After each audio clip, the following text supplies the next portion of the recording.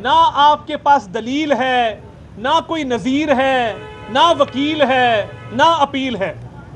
तो ये किस किस्म का भोंडा मजाक हो रहा है इस सिस्टम के साथ कि भाग भाग के सुप्रीम कोर्ट का दरवाज़ा खटखटाते हैं, भाग भाग के इस्लामाबाद हाई कोर्ट जाते हैं। भाई ट्रायल फेस करो।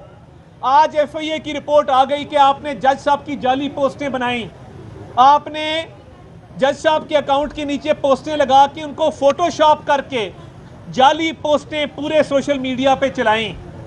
मैं कहता हूं एक नहीं आप 100 जजों के खिलाफ भी अगर अदम एतमाद करेंगे, इसमें आप राह फरार इख्तियार नहीं कर सकते। फाइनल आर्ग्यूमेंट के लिए यह केस कल 8:30 बजे कॉल किया गया है।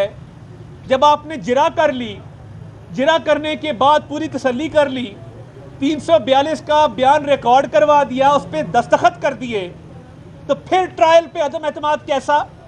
फिर जज पे अदम एतमाद कैसा? अदम एतमाद तब याद आता है जब बिल्कुल केस हतमी मराहिल में दाखिल हो जाए और बाद फैसले के करीब लग जाए।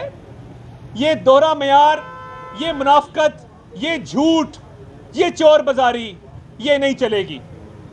आप पर चोरी साबित है, पैसे आपने खाए हैं, चोरी आपने की है, अदालत से आप भाग रहे हैं और आला अदालतों के दरवाजे खटखटा रहे हैं। आपको किसी ने गलत बताया है। अपील फैसले के बाद होती है, फैसले से पहले नहीं होती।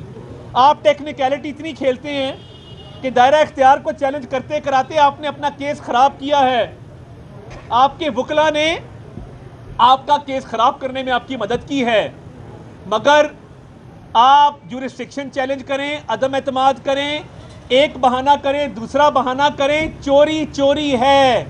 खाना काबा के मॉडल के डायल वाली घड़ी, ग्राफ का सेट, ये तोहफे बिके हैं, महंगे दामों बिके हैं, सस्ती डेक्लरेशन है, कहीं पे डेक्लरेशन है ही नहीं।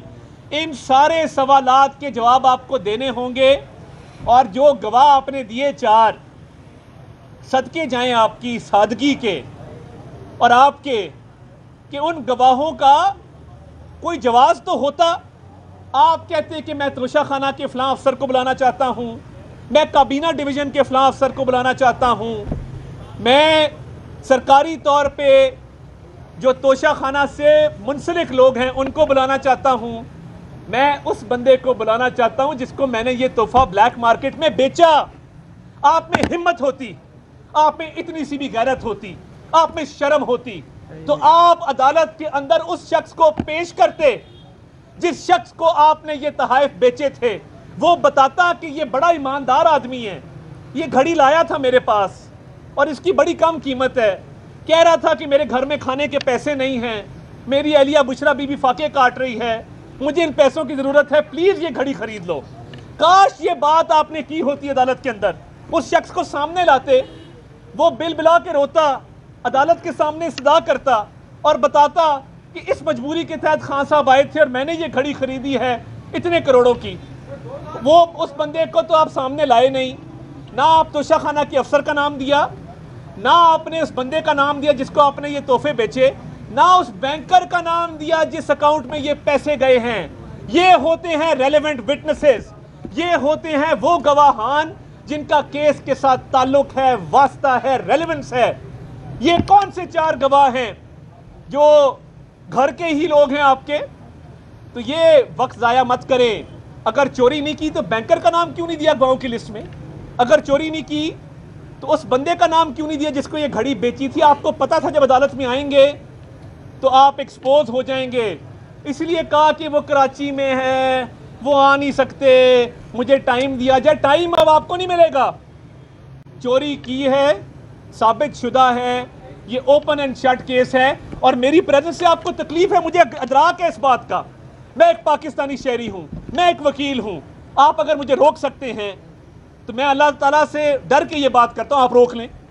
मैं जिस मर्जी अदालत में जाऊं, मैं जहां मर्जी बैठूं, पाकिस्तान का आइन, पाकिस्तान का कानून, पहना हुआ काला कोट मुझे ये इजाजत देता है कि मैं जिस मर्जी अदालत में बैठूं, मैं जिस मर्जी तरीके से बैठूं।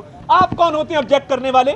आपको बहुत तकलीफ है, हम पुरअमन लोग हैं, हमने कभी पेट्रोल बम नहीं मारे, हमने कभी गुलेले इस्तेमाल नहीं किए, डंडे सोटे कील इस्तेमाल नहीं किए। ये आपका वतीरा है कि आप पीटीवी पे हमला करें, आप पार्लियामेंट पे हमला करें, आप 9 मई के वाकयात करें। हम पुरअमन हो के भी आपको हमारी प्रेजेंस से तकलीफ है।